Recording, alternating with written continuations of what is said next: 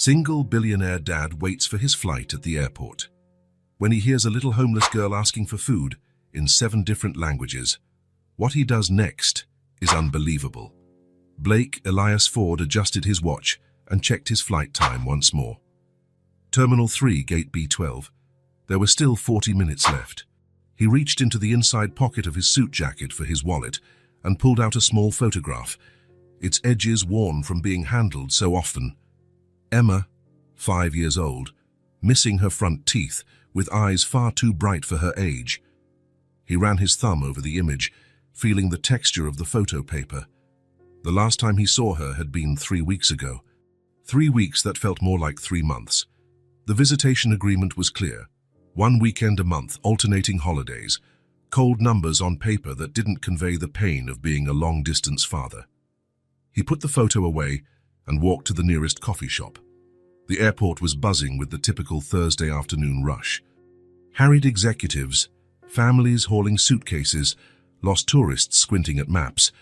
Blake ordered a black coffee and chose a corner table, away from the commotion. He took out his phone to check emails, but the screen reflected his own tired face, 42 years old, hair just beginning to gray at the temples. When did he get so old? Emma was born when he was 37. It felt like yesterday. The divorce happened 2 years later, not for lack of love, but for too much work. Sarah always said he married the company, not her. Maybe she was right. Now he paid the price, watching his daughter grow up through brief calls and pictures on his phone.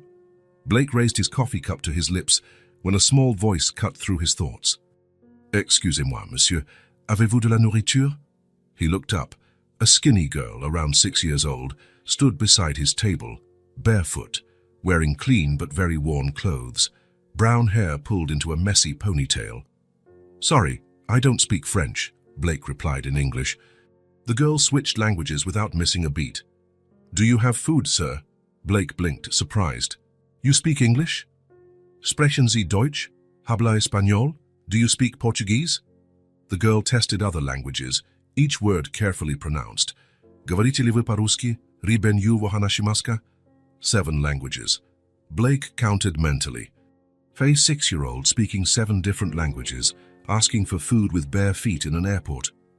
"English is fine," he said, still processing what he had just witnessed. "How do you know so many languages?" "My mom taught me. She says words open doors." The girl glanced at his table. "Do you have any food, even a little?" Blake looked around. The coffee shop sold sandwiches, cakes, fruit. He had enough money to buy the entire place, and here was a child asking for crumbs. "Of course.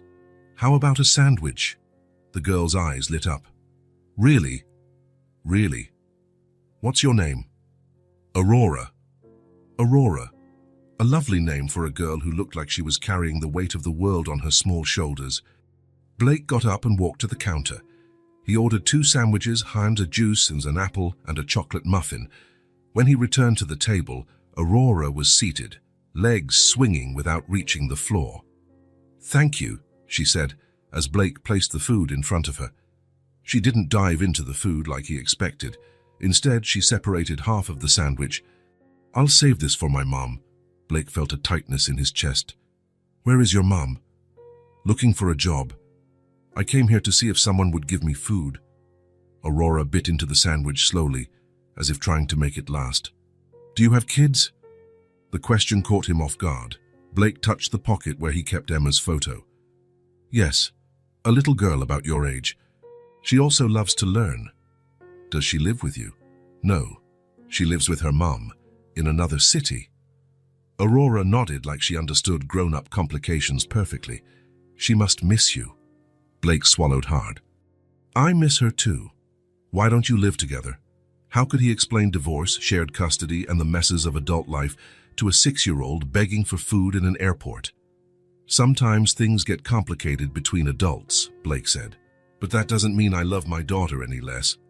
Aurora took a sip of juice. "My mom says that love has no size or distance. It either exists or it doesn't." The simplicity of her words hit Blake like a punch to the gut. A 6-year-old had just summed up in 2 sentences what he couldn't explain to himself in 2 years of therapy. "Your mom is wise." She is. She knows a lot. We used to have a big house with lots of books. She taught me different languages every day. Aurora paused. We don't have the house anymore, but she still teaches me new words. Blake watched the girl eat.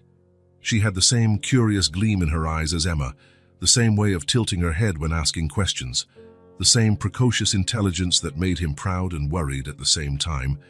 But Emma had a warm home, a private school, new clothes, and shoes that fit. Aurora had 7 languages and bare feet. The contrast was brutal. "What's your name?" Aurora asked. "Blake." "Blake," she repeated, testing the sound. "It's a strong name, like a rock." He smiled for the first time in weeks. "And Aurora is a beautiful name, like the sunrise. My mom picked it because I was born really early and when the sky was still pink." Aurora finished eating and carefully folded the sandwich wrapper, storing the other half. "Thank you, Blake. You're kind." A loudspeaker announced boarding for Blake's flight. He looked at the gate, then at Aurora. "I have to go." "They're calling my flight." "Are you going to see your daughter?" "Yes, I am," Aurora smiled. The same bright smile Emma gave when she was happy about something simple. "Give her a hug from me. Tell her it's from a friend who also loves to learn." Blake stood up, took out his wallet and pulled out some bills. "For your mom," he said, placing the money on the table. Aurora looked at the money, then at him. "Mom says we shouldn't accept handouts. It's not a handout. It's a gift from someone who has a daughter a lot like you." She picked up the money and put it in her jeans pocket. "Thank you. I'll tell Mom you're a good person." Blake walked toward his gate, but turned back once more. Aurora stood there in the same spot, waving her small hand. He boarded the plane with a knot in his throat. During the 3-hour flight, Blake tried reading reports, answering emails, organizing the agenda for the following week. But his mind kept wandering back to Aurora, her bare feet, the 7 languages, her smile that resembled Emma's. She has the same curious eyes, he thought, but she's all alone. When the plane landed, Blake called Sarah to let her know he'd arrived. Emma picked up the phone. "Daddy, did you bring me something?" "I did, Princess. I'll see you soon."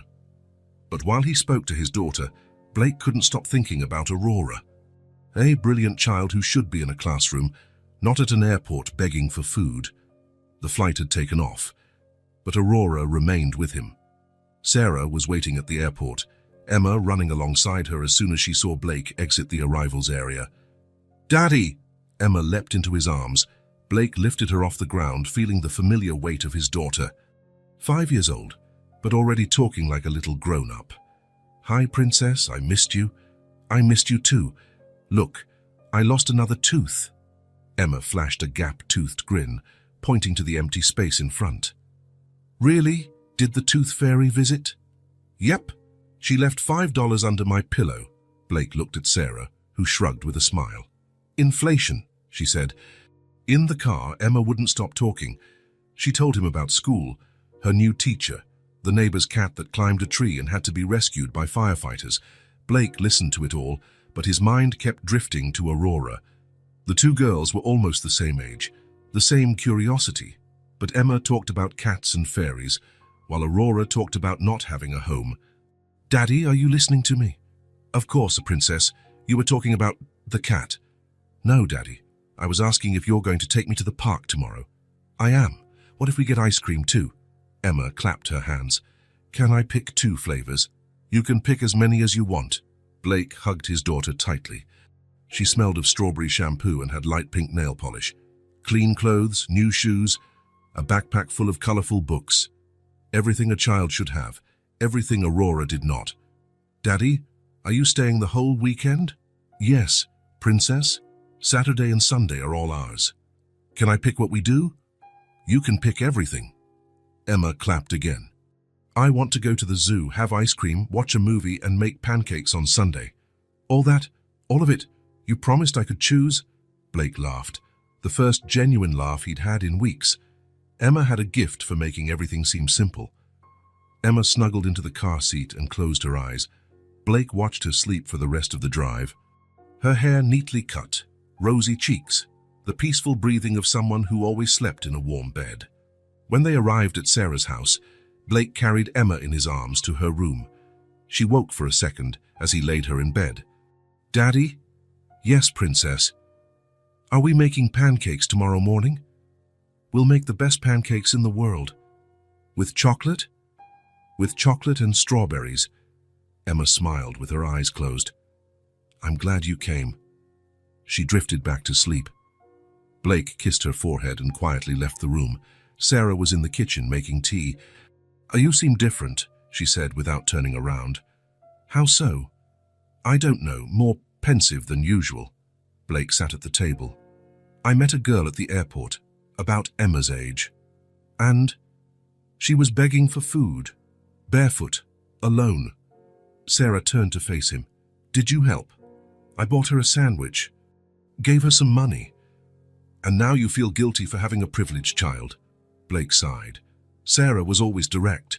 It was one of the things he admired and found irritating in equal measure. "Maybe." "Blake, you can't save all the children in the world."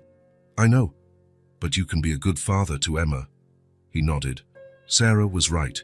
She usually was. But as he went upstairs to the guest room, Blake couldn't stop thinking about Aurora. Blake left Emma on Monday morning with a heavy heart. The weekend had passed too quickly. Pancakes on Saturday, the zoo in the afternoon, a movie at night. On Sunday, more pancakes, a park visit, and a drawing session that lasted hours. Emma drew princesses. He tried drawing cars that looked like boxes on wheels. "You're bad at drawing, Daddy," Emma laughed, "but I like your boxy cars." Now, 3 days later, Blake was back at his office, trying to focus on quarterly reports. But the numbers on the screen blurred with memories of Aurora, the barefoot girl who spoke 7 languages. The cruel contrast between her and Emma wouldn't leave his mind. On Wednesday afternoon, Blake closed his laptop and grabbed his car keys. He told his secretary he'd be back later. He didn't explain where he was going. He wasn't entirely sure himself. The airport was busy as always. Blake bought a coffee and headed to the same cafe where he'd met Aurora. He didn't really expect to find her there. What child would spend her entire life in an airport? But there she was, sitting in the same corner, watching people walk by, still barefoot, still thin. But when she saw him, her eyes lit up. "Blake!" She ran to him. Blake felt a tightening in his chest. When was the last time someone was so happy just to see him? "Hi, Aurora. How are you?" "I'm okay. Mom still can't find a job. Yesterday we only had old bread the baker was going to throw away." The casual way she talked about her own hunger left Blake speechless. Emma complained if dinner was 15 minutes late. "Do you want something to eat?" "Yes, please." They headed to the cafe. Blake ordered 2 sandwiches, juice, fruit, and a piece of cake. Aurora waited for him to sit before she started to eat. "You came back," she said, as if it were the most natural thing in the world. "I did." "Why?" Blake paused. Why indeed? To feel less guilty, to prove something to himself, or simply because he couldn't stop thinking about her? "I wanted to see how you were," Aurora smiled. "Mom says kind people are rare, that when we find one, we should take good care of them. Your mom is wise." "She is." Aurora took a slow bite of her sandwich. "Want me to tell you a story?" "Sure." Aurora wiped her hands on a napkin and settled into the chair. "We used to have a big house, really big, with stairs that made noise when you walked up. It was funny, like music. Mom said it was like a giant piano." Blake listened, picturing a little Aurora climbing musical stairs. "We had a real piano too, black and shiny. Mom played classical music every morning while we had breakfast. I knew all the songs by heart." "Do you know how to play piano?" "I used to. Mom taught me. But now," Aurora shrugged, "we don't have a piano anymore." "What about the books?" Aurora's eyes lit up. "Oh, the books. We had an entire library. Books in French, German, Italian, Russian. Mom read to me in different languages. She said each language sees the world differently. That's why you speak so many languages." "Yes. Mom always said that words are doors. The more languages you know, the more doors you can open." Aurora paused. But all the doors closed when we lost our house. What happened? I'm not sure. Mum doesn't like to talk about it. One day we had everything, the next day we had nothing. We had to leave the house fast. We only took some clothes. Aurora took a sip of juice. But you know what I miss the most? What? The books and the piano and studying. I used to study a lot. Math, science, history. But what I loved most were the languages. I like learning the sounds of words, how they dance in your mouth when you speak. Blake smiled. My daughter's like that too. She's curious about everything. Always asking questions, always wanting to learn more. What's she like? Smart. Funny. She draws princesses and says my cars look like boxes. Aurora laughed. She must be cool. She is. You two are alike, always hungry for knowledge. Does she live with you? No, she lives with her mom. Do you miss her? A lot. Aurora nodded. I understand. Sometimes missing someone hurts more than being hungry. The sentence hit Blake like lightning. A 6-year-old had just perfectly described how he felt. The emptiness of not having Emma close hurt more than anything physical. It's true, he said. Missing someone really hurts.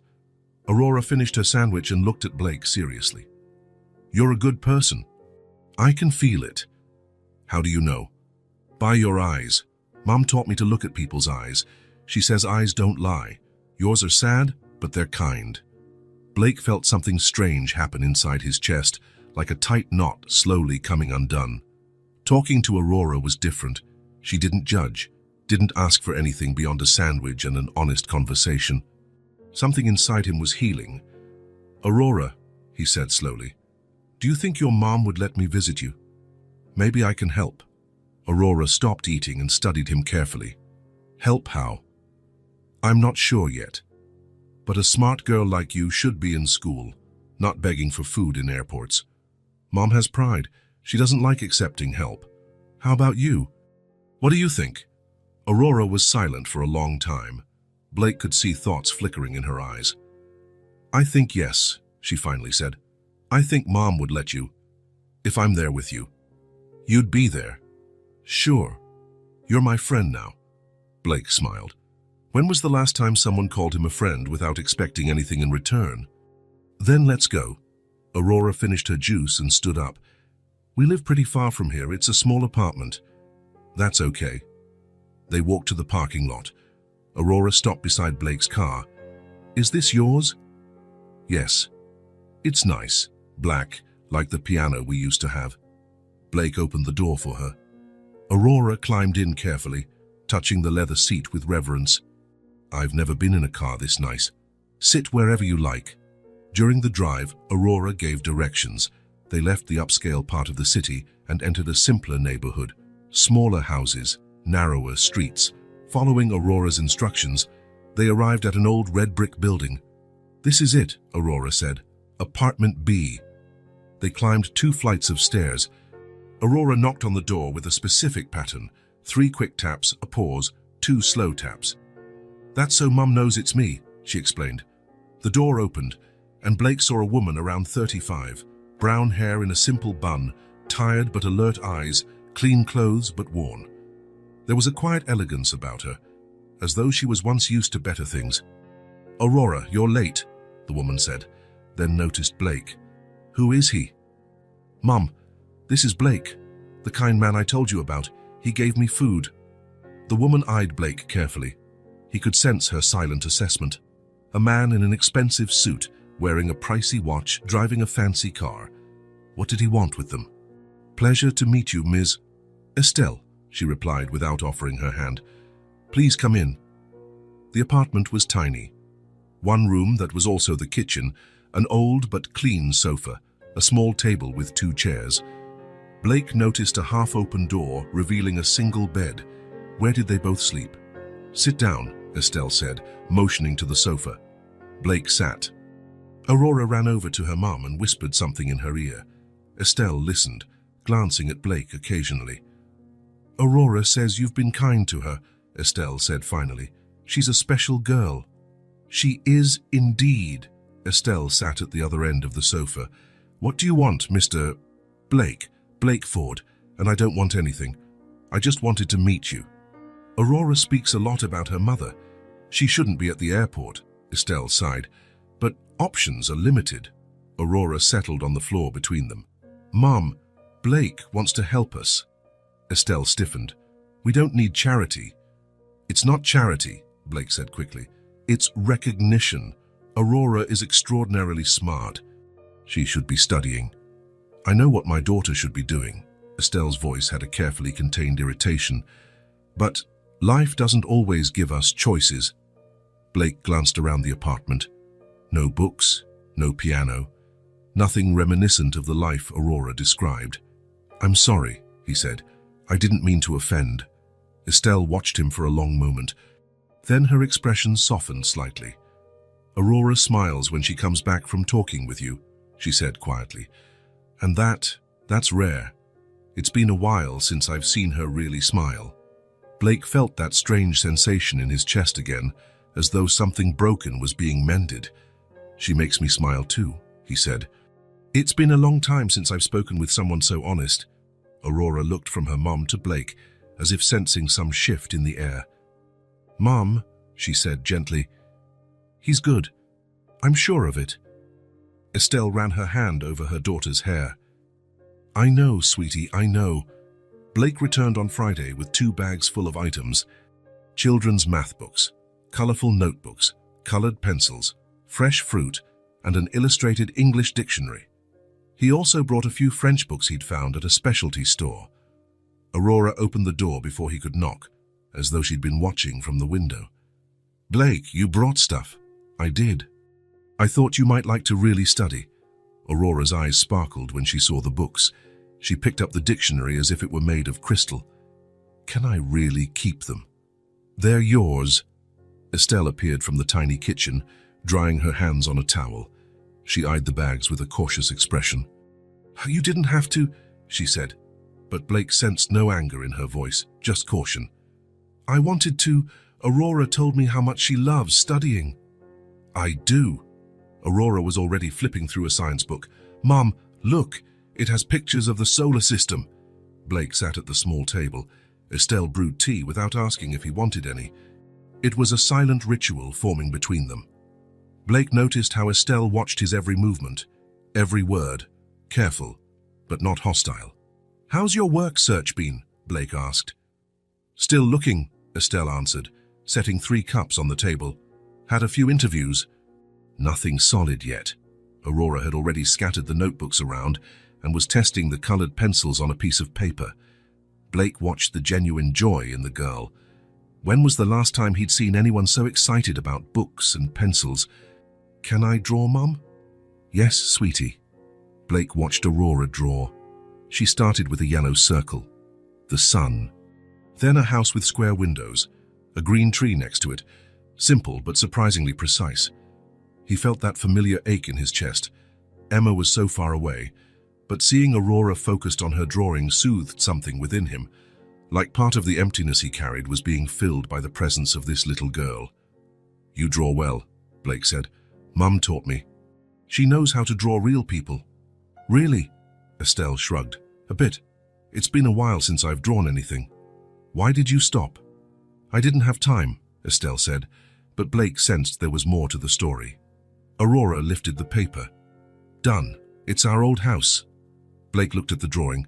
The house had 2 floors, lots of windows, a big porch.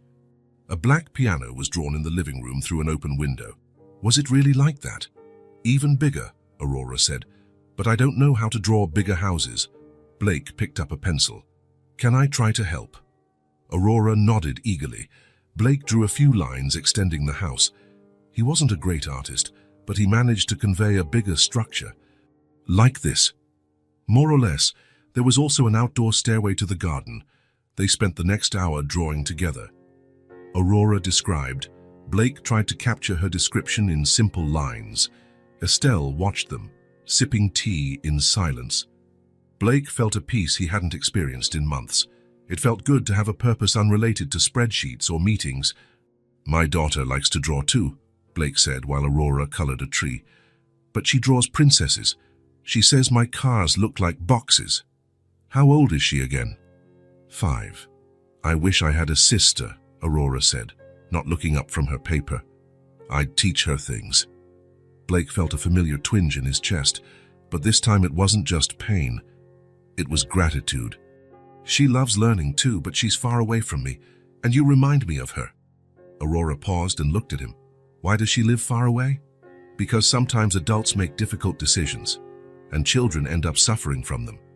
Aurora nodded as if she completely understood. You miss her. I miss her a lot. Aurora put down her pencil and took Blake's hand. Her small hand was warm and stained with blue ink. Does she know you miss her? I think so. Then it's okay. As long as you both know you love each other, distance doesn't matter that much. Blake looked at the 6-year-old who had just given him the wisest advice he'd heard in months. Estelle was also looking at her daughter, with a blend of pride and sadness. How you're very smart, Aurora. Mom taught me. She knows a lot about feelings. The following week, Blake set up a routine. He arrived at 3 in the afternoon when Aurora came back from walking around the airport. He always brought something useful, new books, fruit, study materials. Never anything so lavish that it might make Estelle uncomfortable. Blake discovered that teaching Aurora was a pleasure. She absorbed everything at lightning speed. Multiplication, division, even basic fractions. Within 2 hours, she was solving problems children of 8 usually learn. She's thirsty for knowledge, Blake told Estelle, while Aurora practiced exercises. She's always been this way, right? Since she was little. Always asking questions, always wanting to know why. Like Emma. Estelle smiled. Blake noticed she smiled more now. Curious children are a gift and a challenge. True. Emma asks me things I don't know how to answer. Last week she wanted to know why clouds don't fall. And what did you say? That I'd research and tell her later. Did you research? Blake laughed. I did. It has to do with air density and the weight of water droplets. Aurora would love that explanation. The bond was forming, subtly, respectfully, solidly. Blake didn't invade their space, but he was present. He brought things they needed, not expensive gifts. He asked before giving an opinion. He listened more than he spoke. Estelle was starting to relax around him. She no longer tensed her shoulders when he arrived.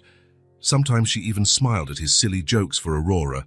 For Blake, those afternoons had become the best time of the week, better than any business meeting, better than any professional achievement. Watching Aurora learn was like witnessing a flower bloom. It filled the emptiness left by Emma's absence.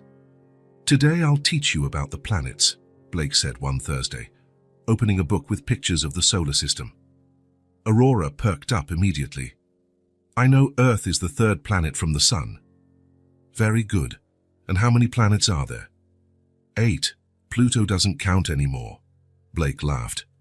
You really know it all. Mom told me about Pluto. She said sometimes things change, even if we don't want them to. Estelle looked kindly at her daughter. It's true. Change is part of life. Aurora flipped through the book gently. Which planet is your favorite, Blake? Saturn because of its rings. Mine's Jupiter. It's the biggest of all. Why do you like the biggest? Aurora thought for a moment. Because it protects the smaller planets. The meteors hit Jupiter instead of hitting Earth. Blake looked at Estelle, impressed. Where did she learn that? Documentaries. Back when we had a TV, Aurora watched science shows. I wish I could see Saturn up close, Aurora said. It must be beautiful with all those shiny rings. Maybe someday you'll be an astronaut and see Saturn for real. Aurora's eyes gleamed. You think I could? I think you can be anything you want. Estelle smiled, but Blake saw a shadow pass over her eyes. He understood. How could one dream about space when you weren't sure about your next meal? But at that moment, Blake made a silent decision. Aurora would have every opportunity she deserved. He would make sure of it. The following week, Blake brought books on basic Latin. Aurora was thrilled. Latin! Mom, he brought Latin! Have you studied Latin before? Blake asked, surprised. A little. Mom started teaching me when I was 5.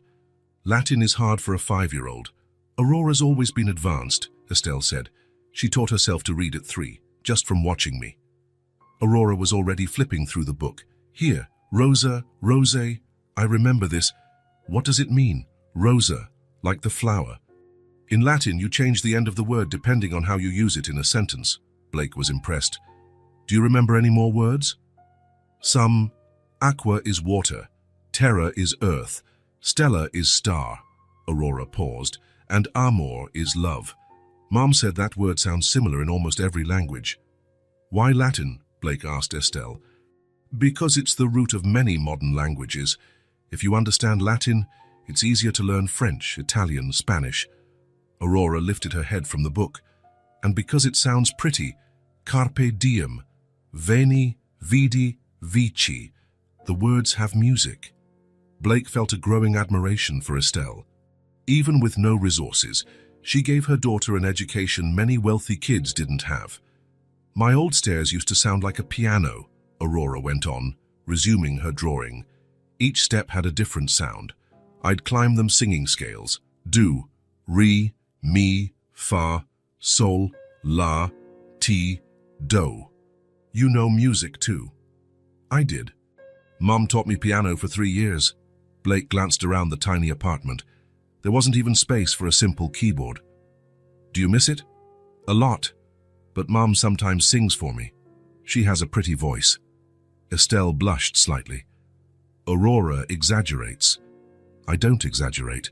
Sing that Italian song, Mom, the one about the little bird. Not here, sweetie. Please. Frau Blake. Estelle hesitated, then softly began humming a gentle melody. Aurora was right. Her voice was indeed lovely, clear, on pitch, trained. When she finished, Blake clapped quietly. Where did you learn to sing? Private lessons, when I was a kid. And piano. That too. Blake was starting to get a clearer picture. A family that once had money for private lessons, books in multiple languages, a big house with a piano. Estelle and Aurora weren't just victims of poverty.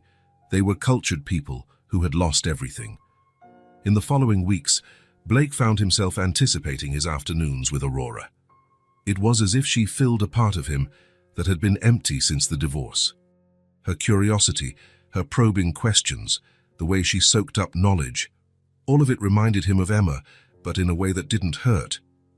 Aurora, for her part, flourished under his attention. She asked more complex questions, drew with more confidence, smiled more. Blake also noticed a physical change. Regular meals gave her cheeks a healthier look, her eyes a brighter spark. Estelle watched everything carefully, but Blake sensed she was starting to trust him, not just as someone who helped, but as someone who genuinely cared about Aurora. I was learning Latin and Japanese before, Aurora said one afternoon, practicing her handwriting. It was fun because they're so different. Latin uses our alphabet more, but Japanese has pictures. Do you remember any Japanese words? Arigato means thank you, sayonara means goodbye, and hon means book. Blake shook his head. You're extraordinary, Aurora. Mom taught me. She says knowledge is the only thing nobody can take away. Blake looked at Estelle washing dishes in the tiny sink. He sensed a painful history there, but also tremendous strength. Your mum's right, he said. What you learn stays with you forever. Aurora smiled and went back to writing. Blake watched her, feeling something he hadn't felt in a long time. Purpose, simple joy, the sense that he was making a difference in someone's life. When he got up to leave that afternoon, Aurora hugged him tightly. Thank you for the books, Blake, and for teaching me new things. Thank you for teaching me too. I teach you. You do. You teach me that learning can be fun, and that small people can have huge hearts. Aurora laughed and waved from the window as Blake got in his car. Driving back home, Blake realized something. For the first time in months, he didn't feel empty. He still missed Emma, but alongside the missing was something new. Gratitude, joy, the sense that he could be a father in a different way, but still meaningfully. Aurora was filling the void left by Emma's absence. And he was giving Aurora what she deserved. Education, attention, the chance to be the brilliant child she was born to be. The bond between them was forming, quietly, respectfully, but it was real. And Blake had never felt so useful in his entire life. Blake arrived on a Tuesday with a smile on his face. He'd stopped by a French bookstore, and found some children's books in French that he knew Aurora would love. The routine of spending afternoons with her had become the best part of his week. "Blake!" Aurora ran to the door as soon as he knocked. "I finished all the math exercises you gave me. All of them. That was 20 problems." "I know. Mom helped me with 2, but I did the others by myself." Estelle emerged from the kitchen, smiling. Blake noticed she seemed more rested these days, maybe because she no longer worried so much about Aurora during the day. "She woke up early to finish the exercises," Estelle said. "She was excited to show you." Blake felt that familiar warmth in his chest. When was the last time anyone was excited to show him something that wasn't work-related? "I'll check them all," Blake said, taking a seat at the table. "But first, I brought a surprise." Aurora clapped her hands when she saw the French books. "They're stories." "Yes. Le Petit Prince or Madeleine, and some fairy tales." "Can I read them out loud?" "Of course." Aurora opened Le Petit Prince and began reading slowly, pronouncing each word carefully. Her accent was impressive for a child who hadn't had formal lessons in years. Blake watched, amazed. Aurora had a natural gift for languages beyond what he'd imagined. As she read, he noticed some old books stacked in the corner of the table. Worn covers, clearly well used. "Are those your old books?" Blake asked when Aurora paused. "Yeah, the only ones we managed to save when we left the house." Blake picked one up. It was a heavy, yellowed art history book. He flipped through it absently while Aurora resumed reading. "This one seems like a college-level book," he said. "It was Grandpa's," Aurora replied without looking up from the French book. "Mom saved a few of his books." Blake turned the book over to see the spine, European Art History, 18th Century. It looked academic and expensive. He opened the back cover to see if there was any handwriting. That's when he saw it. Written in blue ink in careful script, Aurora St. Clair. Blake felt an odd stirring in his stomach. St. Clair. Why did that name ring a bell? "Aurora," he asked, trying to keep his tone casual. "This book has your name on it." "It does." She turned. "Oh, yeah, that's the one Grandpa gave me for my 4th birthday. He wrote my name so I wouldn't forget it was mine." Blake looked again. Aurora St. Clair. The last name stood out on the page, but he couldn't figure out why. "St. Clair is your family's last name?" "Yes, it was Grandpa's last name, and Mom's, before I was born." Blake nodded, but something in him was unsettled. St. Clair. Where had he heard that before? "It's a pretty name," he said, closing the book gently, but his mind kept circling back to that surname. St. Clair, St. Clair. He should know it, but from where? "Blake, are you okay?" Estelle asked. "You look distracted." "I'm fine. It's just, that name sounds familiar. But I can't recall where I heard it." Aurora was reading Le Petit Prince again, but Blake could no longer concentrate fully. The name St. Clair echoed in his head like a song he couldn't place. The rest of the afternoon passed normally. Blake checked Aurora's exercises, perfect and as expected. They read the French books together, with Aurora translating words Blake didn't know. They talked about astronomy, geography, history. But all afternoon, Blake felt as though there was something important he was forgetting. Something about St. Clair that should be obvious, but remained out of reach. "Grandpa had lots of books," Aurora said, leafing through another old volume. "Mom said he read 3 books a week." "What did he do for a living?" Blake asked casually. "He had a company. Mom said he was really smart with business." Blake nodded, but the answer only deepened his unease. A company, St. Clair. Why did it make so much sense, yet no sense? "He died when I was little," Aurora continued, "but Mom always tells stories about him. She says he was a good man, that he treated people well." "He sounds special." "He was. Mom said he always said that business should help people, not hurt them." Blake felt an inexplicable shiver. Business. St. Clair. There was a connection, but he couldn't quite grasp it. When he left the apartment that afternoon, Blake sat in his car for a few minutes before starting the engine. St. Clair. The name kept hammering in his mind. On the drive home, he tried to force his memory. Where had he heard that name? Was it work-related, some old meeting, a document he'd signed? The harder he tried, the more the name slipped away like water through his fingers. At home, Blake went straight to his study and turned on his computer. He typed St. Clair into a search engine, but got hundreds of results. Doctors, lawyers, teachers, nothing that explained why the name felt so personal. He tried St. Clair Business and St. Clair Company. Some results popped up, but they were all recent. Small companies with no clear link to the feeling that he should remember something crucial. By 10 at night, Blake gave up. Maybe it was one of those weird coincidences. Perhaps he'd heard the name in some insignificant context, and his mind was making it into something bigger than it was. But as he tried to sleep, the name still echoed in his head. St. Clair, St. Clair, St. Clair. The next morning, Blake arrived at the office early, but his mind was still divided. During the 9 o'clock meeting, he realized he was distracted, thinking of the St. Clair name instead of focusing on the financial reports. "Blake, yeah, are you listening?" asked Marcus, the VP. "Sorry, my mind was somewhere else." "Something wrong?" "No, nothing important." But as he said it, Blake knew he was lying. There was something important about St. Clair, something he had to recall. During lunch, Blake tried talking about other matters with Jennifer, his secretary. But in the middle of discussing quarterly budgets, he blurted, "Jennifer, have you ever heard of the last name St. Clair?" She furrowed her brow. "St. Clair? Not really." "Why?" "It sounds familiar, but I can't remember why." "Want me to search our files?" Blake hesitated. Part of him wanted to say yes. Another part thought he was overreacting. It was just a name. Aurora was just a girl he was helping.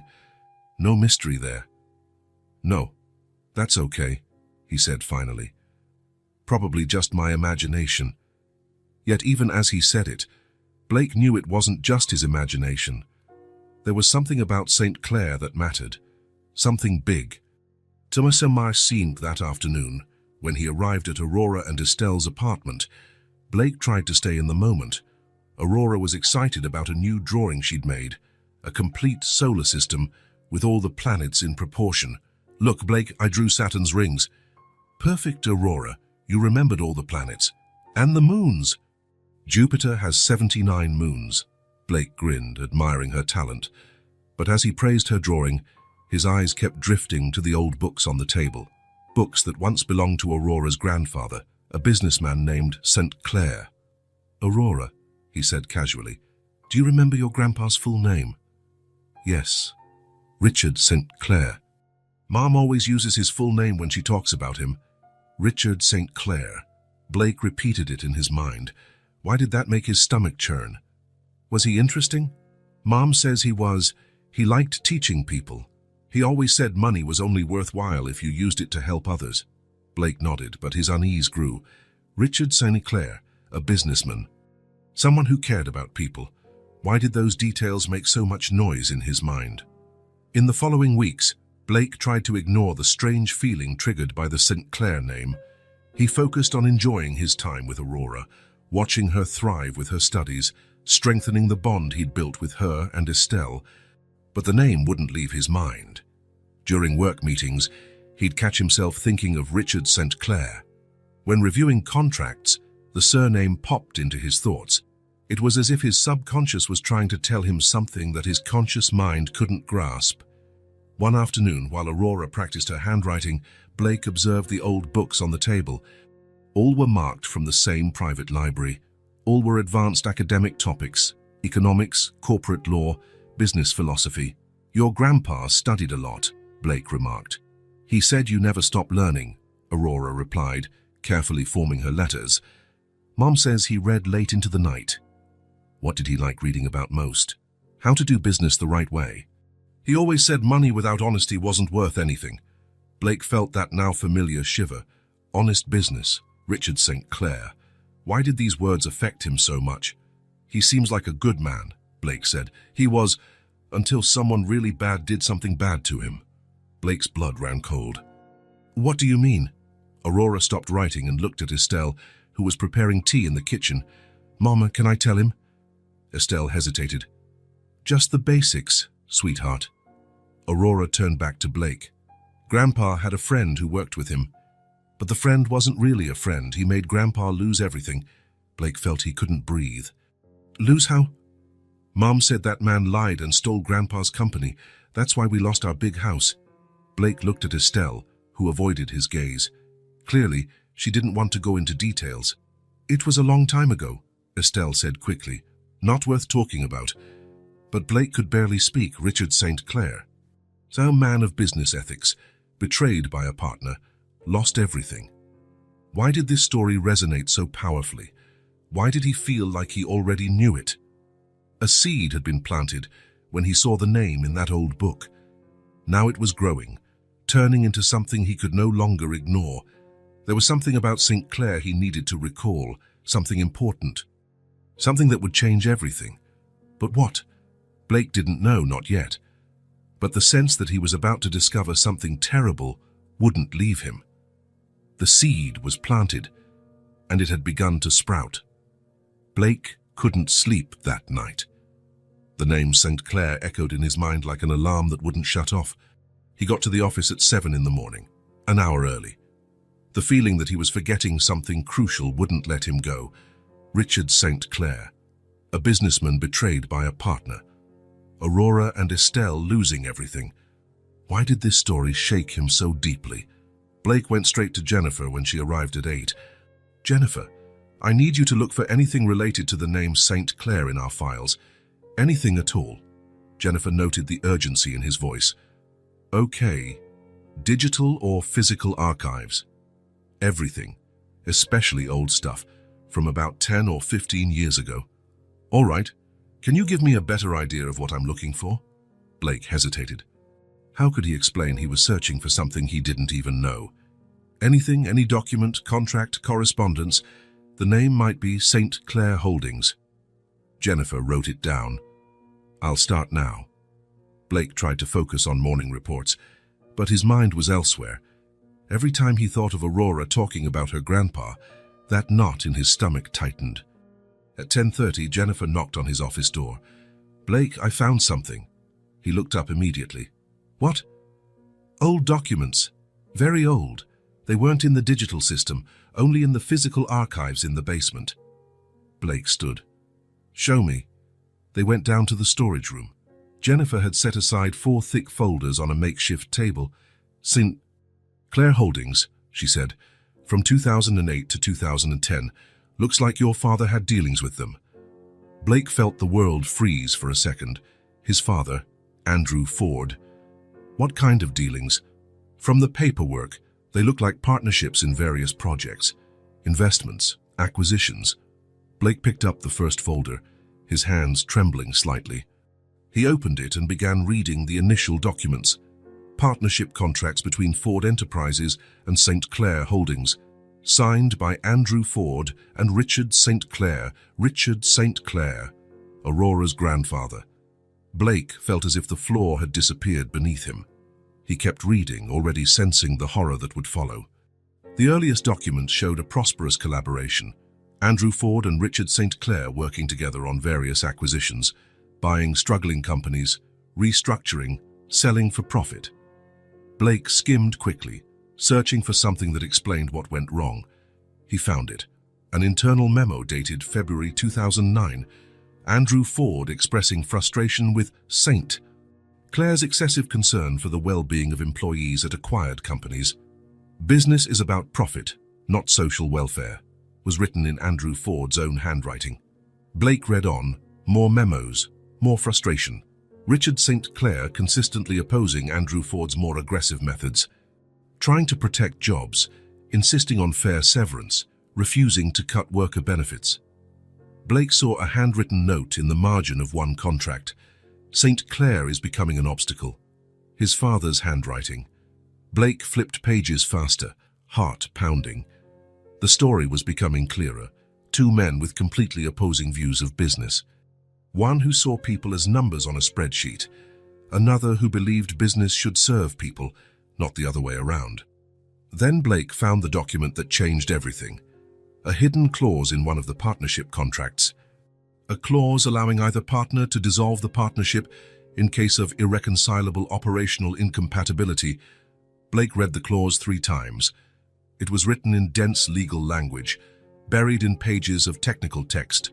Richard St. Clair probably hadn't noticed when he signed, but Andrew Ford had. The next document was a legal notice dated August 2009. Andrew Ford was dissolving the partnership and assuming total control of all shared assets, all legal, all within the contract's terms, completely immoral. Blake kept reading with a sick feeling in his stomach. Over the following months, Andrew Ford systematically blocked all of Richard St. Clair's attempts to recover. Lawsuits for unfair competition, legal threats. Pressure on shared clients, investigations, letters from lawyers, veiled threats of legal retaliation. Finally, the last document in the folder, a death certificate. Richard St. Clair died in March 2011. Heart attack. Age 52. Blake closed the folder and put his head in his hands. Richard St. Clair, Aurora's grandfather, the man who gave her books as gifts, the man who believed in helping people through business, the man Blake's father had deliberately destroyed. Blake picked up another folder and found more documents, reports from private investigators Andrew Ford had hired to monitor the commercial activities of ex-partners. Monitor, a polite word for espionage. Blake read report after report. His father had made sure Richard St. Clair never recovered. Every time St. Clair tried to start something new, Andrew Ford found a way to sabotage it. It wasn't enough to have taken the man's company. Andrew Ford wanted to utterly destroy him, and he had succeeded. The last documents detailed the St. Clair family's financial situation after Richard's death. The widow struggling with debts. The young daughter, Estelle, growing up under increasingly precarious conditions. And years later, Aurora was born into a family that had lost everything because of Andrew Ford. Because of the Ford name. Because of him. Blake stood up slowly. He walked to the tiny window in the records room and stared at the parking lot below. Expensive cars, corporate buildings, the business world in which his father had built an empire. My name built empires, Blake murmured to himself, by destroying families. Everything made sense now. The big house Aurora described, the piano, the library with books in many languages, the sophisticated education Estelle had given her daughter, even in poverty. They weren't just random victims of hard times. They were specific victims, victims of Andrew Ford's greed and cruelty. Blake thought of Aurora in the airport, barefoot, begging for food in 7 languages. He thought of Estelle, too proud to accept charity, struggling to find work. He thought of the brutal irony that he had become friends with the family his own name had destroyed. Blake returned to the table and gathered all the documents into the folders. He would take them home. He would read every detail. He would understand the full extent of what his father had done, and then he would decide what to do next. Ursuma Carvereth that night, Blake stayed up until 3 in the morning rereading every page. Each new document painted a clearer picture of Andrew Ford's systematic destruction. It wasn't just a business deal gone wrong. It wasn't a simple disagreement. It was a cold, calculated act of betrayal. Richard St. Clair had trusted Andrew Ford. He'd shared confidential information, signed contracts without suspecting betrayal, believed they were building something together. And Andrew Ford used that trust as a weapon. Blake closed the last folder and sank into his home office chair. He knew exactly what he had to do. Not out of guilt. Guilt was an emotional luxury that wouldn't help Aurora or Estelle. But out of dignity, out of justice, out of everything that was right in the world. He would tell them the truth. He would look Aurora in the eyes and explain that the man she saw as a friend was the son of the man who destroyed her family. He would tell Estelle that the last name he carried was the very one that had taken everything from her. And then he would try to fix what could still be fixed. He couldn't bring back Richard St. Clair. He couldn't undo 15 years of hardship and poverty, but he could give Aurora and Estelle what they'd always deserved, what had been stolen from them. Blake picked up his phone and called Jennifer, despite the late hour. "Jennifer, I know it's really late, but I need you to schedule a meeting with our attorneys for tomorrow morning. And I want all the company's financial documents for the last 5 years on my desk at 8. Is everything okay, Blake?" "No," he said, But it will be. I'll make sure of it." When he hung up, Blake felt both heavier and lighter at once. The weight of the truth he had to tell, the relief of finally knowing his purpose. Aurora St. Clair, the girl who taught him that learning could be fun, the girl whose family had been ruined by the man he called father. Blake would do the right thing, even if it meant losing the two people who made him happiest, even if it cost him everything. Blake stood outside the red brick building for 15 minutes before climbing the stairs. He had rehearsed what to say hundreds of times the night before, but now that he was there, every word felt insufficient. How do you tell a 6-year-old that the man she considers a friend is the son of the man who destroyed her family? How do you face a woman who has learned to trust you and admit you carry the name that ruined her life? Blake took a deep breath and climbed the 2 flights of stairs. Each step felt heavier with the weight of the documents he'd read. He stopped in front of apartment B. He could hear voices inside. Aurora laughing at something Estelle said. The sound of her laughter made his heart ache. In a few minutes, that laughter would be gone. Blake knocked on the door with the familiar pattern, 3 quick taps, a pause, 2 slow ones. "Blake!" Aurora's excited voice came from inside. Small footsteps ran to the door. The door opened, and Aurora greeted him with a giant smile. She was wearing a t-shirt he had brought the week before, light blue with a drawing of the solar system. "You're early today. I was just finishing a drawing for you. It's a castle with a giant library." Blake looked at her beaming face and felt as if someone was crushing his heart. "Aurora," he said softly, "can we talk? You and your mum?" Aurora noticed something off in his tone. Her smile faded slightly. "Is everything okay? You look sad. Can we sit down?" Estelle appeared from the kitchen, drying her hands on a towel. Blake could see she'd been cooking. The apartment smelled of soup. "Blake, are you all right? You look pale." Blake stepped inside the tiny apartment. He glanced around, the table where they had studied, the books he'd brought, Aurora's drawings on the wall, a place that had become special to him, a place that would soon be filled with pain. "I need to tell you both something," Blake said, sitting on the sofa. "Something I found out yesterday." Aurora sat next to him, still with that total trust children have in adults they love. She took his hand like she always did. Estelle remained standing, but Blake could see she was tense. Blake looked at Aurora, then at Estelle. "Where to begin?" "My full name is Blake Elias Ford," he said slowly. Aurora smiled. "Ford? Like the cars?" "Like the Ford Corporation," Blake corrected. "My family has a big company." Estelle frowned. Blake could see something clicking into place in her mind. The Ford name, his sudden appearance in their lives, the obvious wealth. "Blake," Estelle said carefully, "why are you telling us this?" Blake took a deep breath. "Because I found out my father." He paused. The words felt like shards of glass in his throat. "Andrew Ford, what about your father?" Estelle asked, but Blake could see in her eyes that she already knew. "He was the partner who betrayed your father, Estelle. Andrew Ford is the one who destroyed Richard St. Clair." The silence that followed was deafening. Aurora looked from Blake to her mother, not fully understanding but sensing the weight of his words. Estelle stood completely still for a long moment. Her face cycled through confusion, realization, shock, and finally, total disbelief. "Ford," she whispered.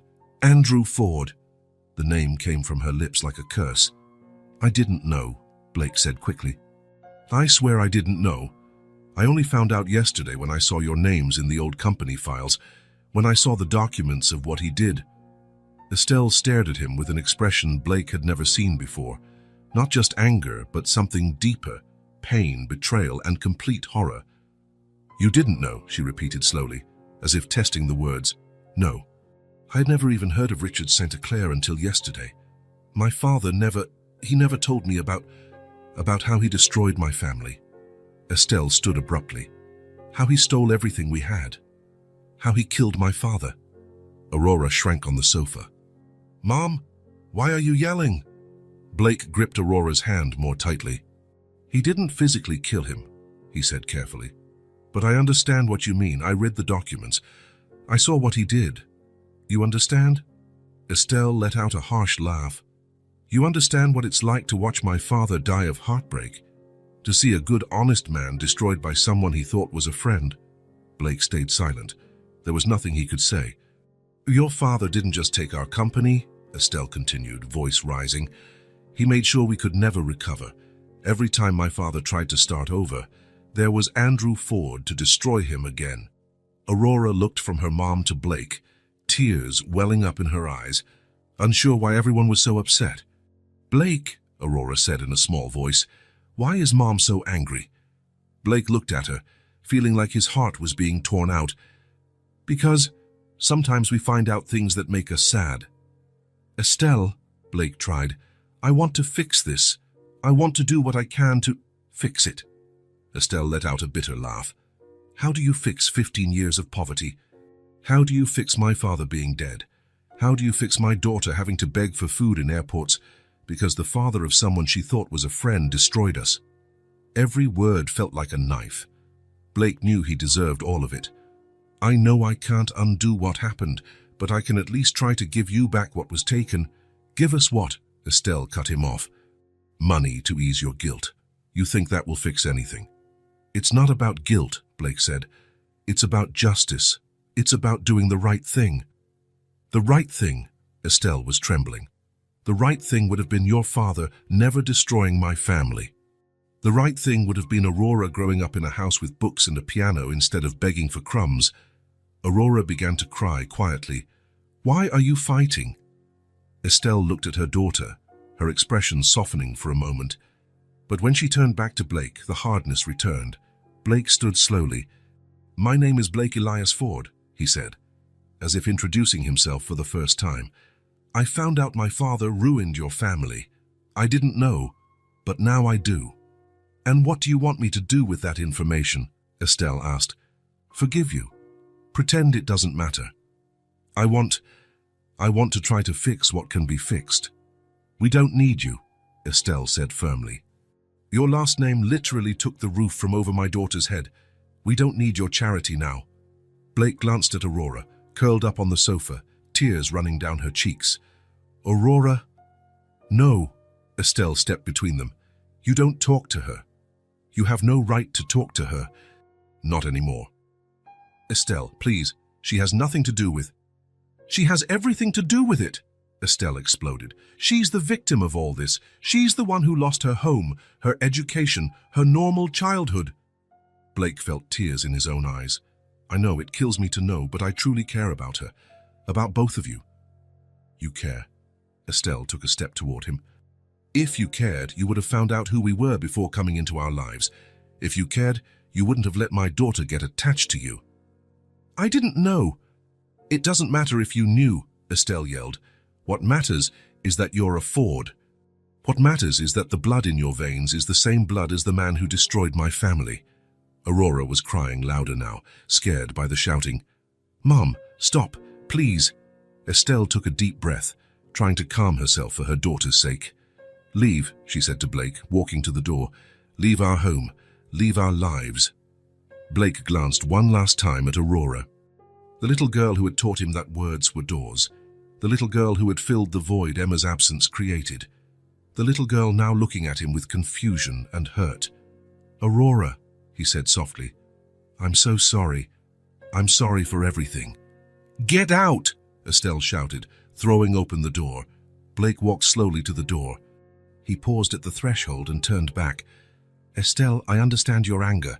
I understand you may never forgive me, but Aurora isn't to blame for any of this. She deserves everything good the world can offer. She deserves not to have you in her life, Estelle said. She deserves not to carry the weight of being friends with the son of the man who destroyed her family. Blake nodded. I understand. He walked out. Estelle slammed the door behind him. Blake stood in the hallway for a moment, listening to Aurora's muffled sobs on the other side. He descended the stairs slowly, each step echoing in the empty building. When he reached his car, he sat in the driver's seat for a long time before he could start the engine. He had done the right thing by telling the truth. He knew that. But doing the right thing had never hurt so much. No. In the days that followed, Aurora asked questions Estelle didn't know how to answer. Mom, Why did Blake leave without saying a proper goodbye? Estelle was washing dishes in the tiny sink, looking for a way to explain adult betrayal to a 6-year-old. Sometimes people have to leave our sweetheart. But he said he was going to teach me about the stars today. He brought that astronomy book and promised we'd study constellations. Estelle closed her eyes. The book still lay on the table, right where Blake had left it, alongside the other books he'd brought, small reminders of how Aurora had blossomed under his attention. He's not coming back, Aurora. Why not? Did I do something wrong? Estelle's heart broke. No, honey, you didn't do anything wrong. You didn't. Never. Then why doesn't he want to be my friend anymore? How to explain, how to say that the man she adored carried the last name that ruined their lives? Because sometimes things get complicated between adults. Aurora was silent for a while. Was it because of that conversation you had, when you got mad? We weren't mad, sweetie. We just found out it was best if he didn't come. But I liked him. He listened when I talked about things I learned. He was always so happy when I solved math problems. Aurora's simple words stabbed Estelle's heart. She, too, had started to like Blake. She had started to trust him. She had begun to believe there might be genuinely good people in the world. And then she discovered he was a fraud. Estelle braced herself on the sink, fighting the rage still burning inside her. Mum, are you crying? Estelle wiped her eyes quickly. No, honey, it's just the steam from the hot water. But Aurora wasn't dumb. She knew when adults were sad. Is Blake coming back tomorrow? No, Aurora, he isn't.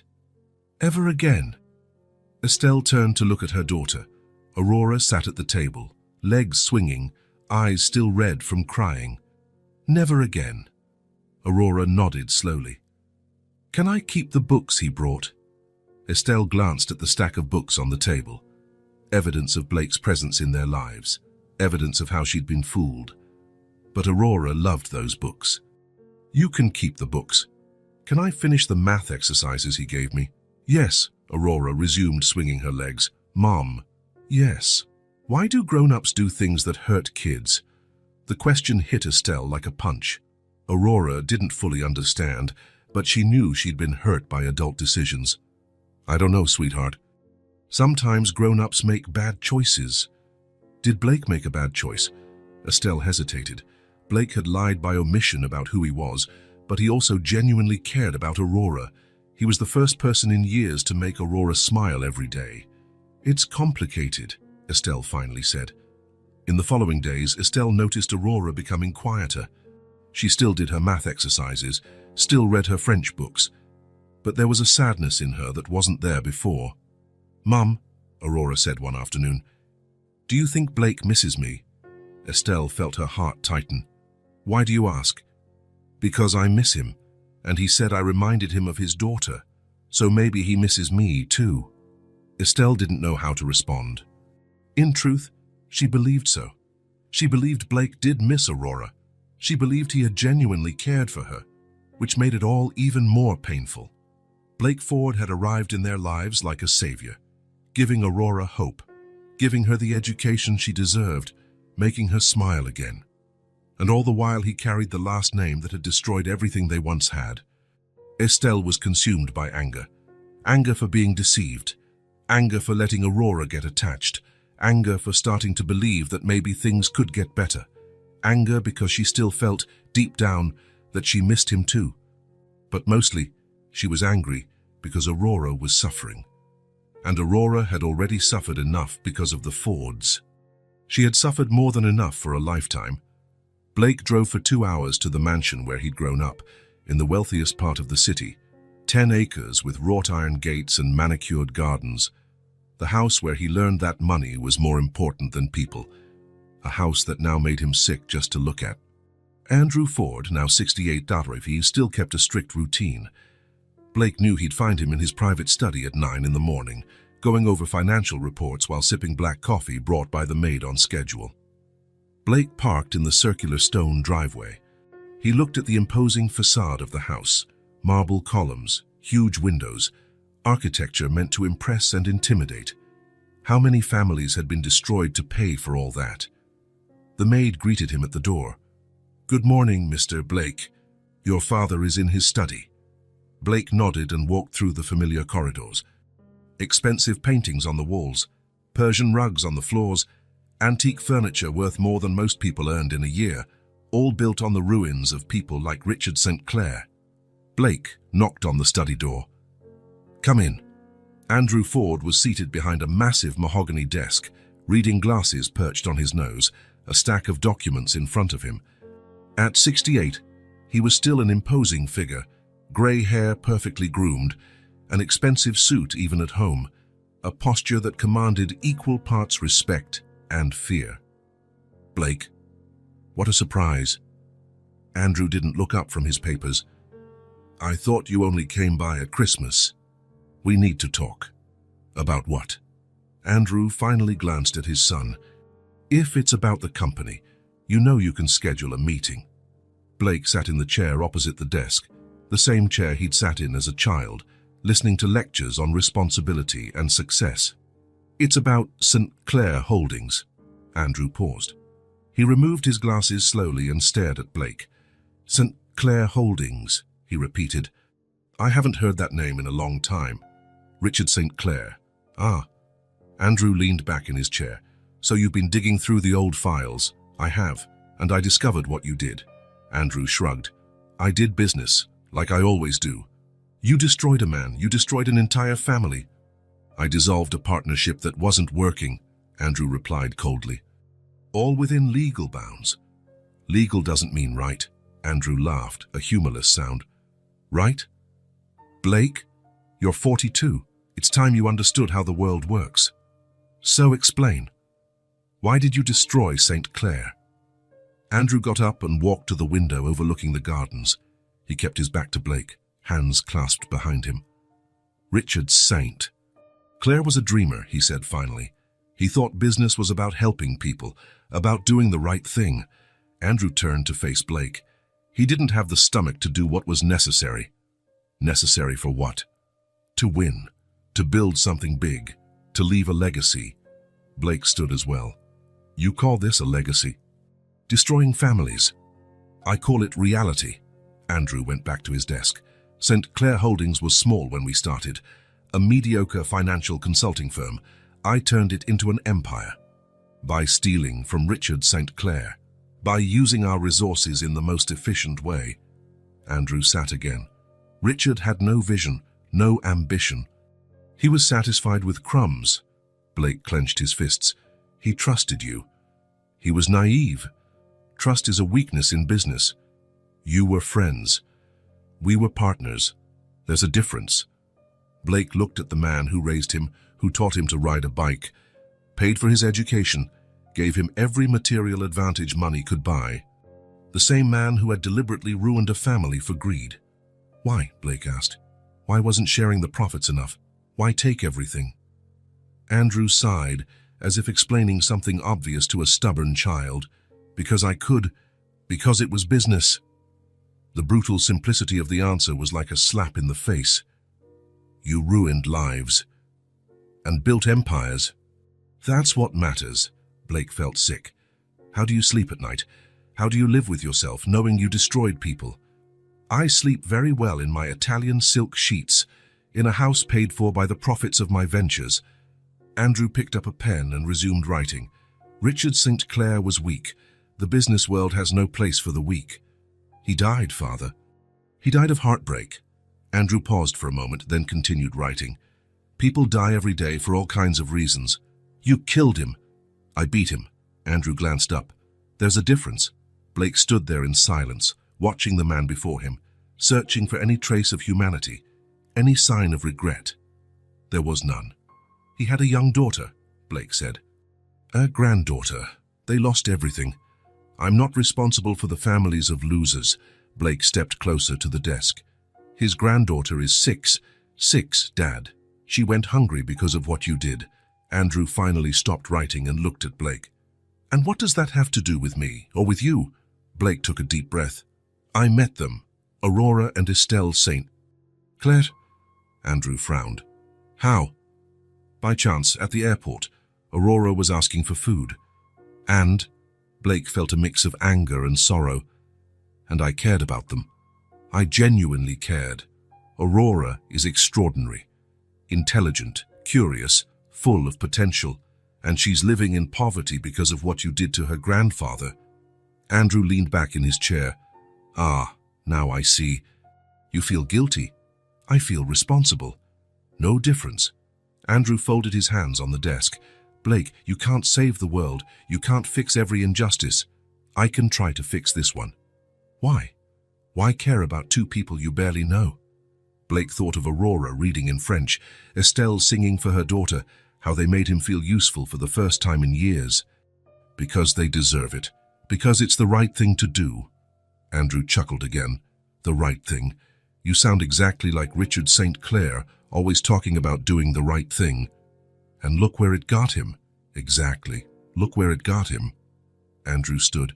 Blake, you're my son. My blood runs through your veins. Don't waste it on sentimentality.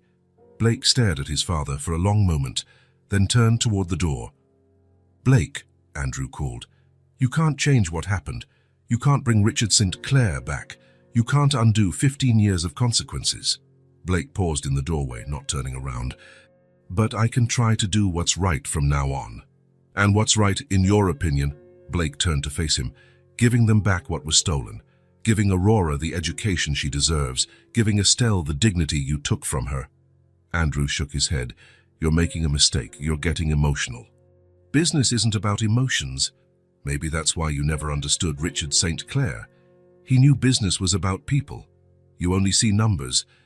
And that's why I won, and he lost. Blake glanced around one last time at the luxurious office, at the man who taught him that success was measured only in dollars. You didn't win, Dad. You just destroyed. He left the office and walked through the mansion's corridors. Each step felt like leaving not just the house, but an entire worldview behind. When he reached his car, he sat for a moment before starting the engine. He thought of Emma, his 5-year-old daughter. He thought of the kind of man he wanted to be for her. He thought of Aurora, who had shown him that fatherhood wasn't just about blood. It was about caring, about being present, about making sacrifices for others. Blake started the car and drove away from the property. In the rearview mirror, the mansion shrank behind him. I'm a father, he said aloud to himself. And I'm not you. For the first time in weeks, Blake knew exactly what he needed to do, even if it meant facing Estelle's rejection again. Even if Aurora never wanted to see him again, he would do the right thing, because that's what real fathers do. A week had passed since Blake left the apartment, and Aurora hadn't stopped asking about him. Estelle tried to distract her with the books he left, math exercises, drawing, but nothing fully worked. Every morning, Aurora woke up asking if Blake was coming that day. Every afternoon, she sat at the window, hoping to see him coming up the stairs. Every night, she wanted to know if he would be there the next day. Mom, Aurora said for the 10th time that day, looking out the small window. Why doesn't he come back? Estelle was washing dishes again, trying to find the strength for the same conversation. The past weeks had been exhausting. Work, caring for Aurora, managing her own conflicted feelings about Blake. We've been through this, honey. But I don't understand. Aurora walked away from the window and sat on the table, legs swinging. He always came back, every day. He promised we would study constellations. Estelle dried her hands on a towel and turned to face her daughter. Aurora looked thinner. She was eating less since Blake left, sleeping poorly, smiling less. It was as if a light inside her had gradually gone out. Sometimes people can't come back, Aurora. Why? Is he sick? Did he move away? Estelle gazed at her daughter. Aurora deserved a real explanation. She deserved to understand, even if it hurt. Estelle took a deep breath and sat in the chair next to Aurora. Remember the stories I tell you about Grandpa? How he had a big company and lost everything? Aurora nodded. Grandpa was good and worked hard, but a bad man took everything from him. That's right. Well, Estelle hesitated. Blake's father was that bad man. He's the one who took everything from Grandpa. Aurora frowned, processing slowly. Blake's father was the bad man. Yes. Aurora was silent for a long moment. Estelle saw the wheels turning in her mind. So that's why we lost the big house, why we don't have a piano anymore. That's why? And that's why Grandpa got sad and died. Estelle felt her heart clench. Yes, sweetheart. Aurora lowered her eyes, fiddling with her fingers. She stayed quiet so long that Estelle wondered if she'd accepted it. But then Aurora looked up and said, with conviction that startled her mother, "But he's different, Mom." "Aurora." "He's different from his dad," Aurora said, with absolute certainty. "Bad people don't do the things he did." "Honey, I know you liked him, but he listened to me when I talked about things I learned," Aurora interrupted. "He laughed at my jokes, even the ones that weren't funny. He was really happy when I solved difficult math problems." Estelle couldn't find words against her daughter's logic.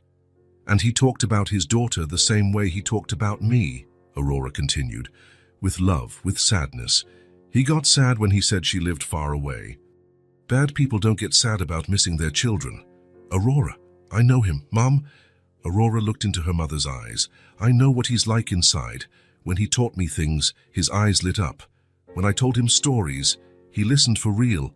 He's not evil like his father." Estelle felt the weight of the truth spoken by a child, a truth she'd been trying to deny all week. Blake was different. Estelle had sensed it when he first arrived in their lives. The respectful way he treated them, the genuine delight he showed when Aurora learned something new, the thoughtful way he chose which books to bring. None of that had been fake.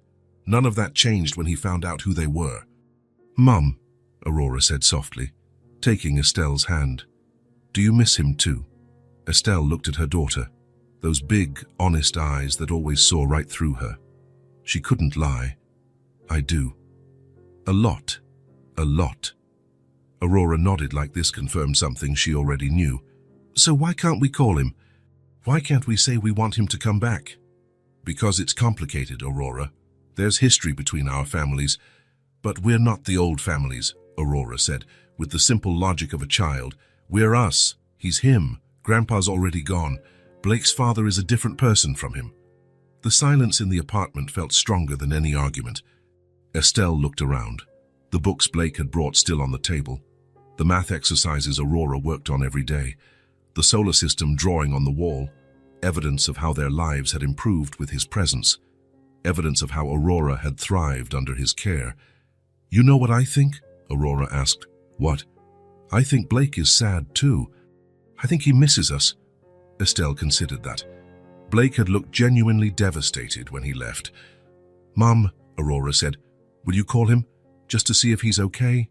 Estelle studied her daughter's hopeful eyes, the face that had lost some of its joy over the past weeks. "You really want me to call?" Aurora nodded eagerly. "Yes. And I think you do, too." Estelle smiled for the first time in days. "You know me well. I do. And I know Blake, too. He's good, Mom."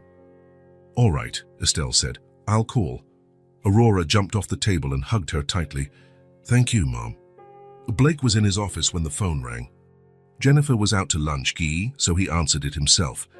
"Ford Enterprises." "Blake." The voice was hesitant and familiar. Blake nearly dropped the phone. "Estelle?" "Yes, it's me." Blake sank into his chair, heart pounding. "Is everything okay? Is Aurora okay? She's asking about you. Every day. Several times a day." Blake closed his eyes. "How is she?" "Sad. She doesn't understand why you won't come back. She sits at the window waiting, and I don't know how to explain it to her." Estelle's voice quivered with emotion. "And Aurora made me realize a few things. She says you're different from your father. She says she knows who you are inside." Her tone softened. "I think she's right." Blake felt tears in his eyes. "Can I see you both? Can I explain what I want to do? Aurora will be very happy." "And you?" Estelle hesitated. "Me too." "Can I come this afternoon?" "You can come right now if you want. I'll be there." Blake knocked on the door with the familiar pattern. 3 quick taps, a pause, 2 slow taps. The door opened and Estelle appeared. She looked tired, but the anger in her eyes was gone. "Blake!" Aurora came running from behind her mother, throwing herself into his arms. Blake hugged her tight, feeling as though a missing piece had slotted back into place. "Hi, Aurora, I missed you. I knew you'd come back. Why did you take so long?" "I finished all my math exercises and read my French books twice already." Blake laughed, still holding her. "You're amazing." They went inside. Blake sat on the sofa, Aurora immediately snuggling up next to him. "Estelle," Blake began, "before anything else, I need to tell you about a conversation I had." Estelle pulled out a chair at the table, listening intently. "I visited my father, and he feels no remorse, none. To him, destroying Richard St. Clair was just another business move." Blake looked straight at Estelle. "But I'm not my father." "I know," Estelle said softly. Blake blinked in surprise. "You do?" "Aurora made me see that. Sometimes children see people more clearly than we do." Aurora grinned. "I told Mom you were good." Blake felt his heart warm. "Estelle, I want to do the right thing. I want to fix what my father tore apart." "How?" Blake took a deep breath. "I want to enroll Aurora in the best private school in the city. I want her to have real piano lessons, language lessons, anything she wants to learn." Estelle opened her mouth to protest, but Blake continued. "And I want to give you a share of my portion of the company. You deserve what was taken from you." "Blake, I don't know if I can accept—" "It's not charity," Blake said firmly. "It's restitution. Returning what never should have been taken." Aurora looked from her mom to Blake. "Does that mean you'll come see us again?" Blake looked at Estelle. "If your mom allows it?" Estelle hesitated a long moment. Blake could see the internal battle in her eyes. "You'll have to prove you're different from your father," she said finally. "How?" "By being present. By always telling the truth. By treating Aurora the way she deserves." Blake nodded. "I can do that." Estelle glanced at Aurora, whose eyes were bright with hope. "Okay," she said. "But this time, no secrets, no surprises." "No secrets," Blake agreed. Aurora jumped up and down on the couch. "So you'll come back tomorrow?" Blake laughed. "If you both want me to, I'll come every day." "I do." Estelle smiled as well, for the first time since learning who he was. "Then it's decided," she said. 3 months later, Blake was sitting at the same small table in the apartment, helping Aurora with basic algebra. She had started at the private school and was advancing quickly. "Done?" Aurora showed him her notebook. "I finished them all." Blake checked her answers. "Perfect, as always." Aurora beamed and ran off to show Estelle, who was in the kitchen making dinner. Blake watched the scene. Estelle was now working as a consultant on a new project at his company, not out of charity, but because she truly had a talent for financial analysis. Aurora studied happily, piano lessons twice a week, French on Thursdays. But more important than all that was how they'd become a non-traditional family. Blake visited every day. He took Aurora to school when Estelle was working. He helped with her homework. He attended her little piano recitals. He was present with affection and respect. "Blake," Estelle called from the kitchen, "can you come here for a minute?" Blake joined her. Estelle was stirring a pot of soup, but paused when he approached. "I want to tell you something," she said. "What is it?" She turned to face him. "I was wrong about you. At first, when I found out who you were, I thought your last name defined you." Blake stayed quiet, listening. "But a last name doesn't say who we are. You're nothing like your father. Completely different." She paused. "And I'm thankful you showed up. We're better off with you. I'm better off with you too. My daughter really cares for you. And I care too." Blake smiled. "You both changed my life. You taught me what it means to be a real father." Aurora came running in from the living room. "Blake, look." She held up a new book. "My teacher gave me this advanced astronomy book. It has pictures from the Hubble telescope." Blake crouched down to her level. "Let's check them out." They sat at the table, Aurora opening the book carefully. Estelle watched from the kitchen, smiling. The past hadn't changed. Richard St. Clair was still gone. Andrew Ford was still the man who destroyed a family for greed. But the story had been rewritten with justice, with presence, with love. Blake couldn't undo what his father had done, but he could build something new and better. Aurora pointed to a photo of a colorful nebula. "Look how pretty. It looks like a giant butterfly in space." Blake looked at the girl who had taught him that family wasn't just about blood, that fatherhood was about choosing to show up, day after day. "It's really beautiful," he said. "Should we read about it?" Aurora nodded eagerly and started reading aloud. Estelle kept cooking, listening to her daughter's voice mingling with Blake's gentle comments. For the first time in 15 years, their home was filled with a sense of future rather than the past. And Estelle knew that was what Richard St. Clair would have wanted for his granddaughter. Not revenge, not endless anger, but a happy child, well-educated and loved. A child who'd have all the opportunities she deserved. A child who would grow up knowing that despite life's cruelties, good people could still choose to do the right thing. Aurora finished reading about the nebula and looked at Blake with those curious eyes he had grown to love. "Can I be an astronomer when I grow up?" "You can be anything you want," Blake answered. "Absolutely anything." And for the first time, those words weren't just a kind wish. They were a promise he had the power to keep. Aurora smiled and returned to the book. Blake glanced at Estelle, who was watching them with happy tears in her eyes. The story had been rewritten. And this time, everyone won. If this story touched your heart, subscribe to the channel and turn on notifications so you don't miss the next ones. Leave a like because it helps this story get recommended to more people. See you in the next story.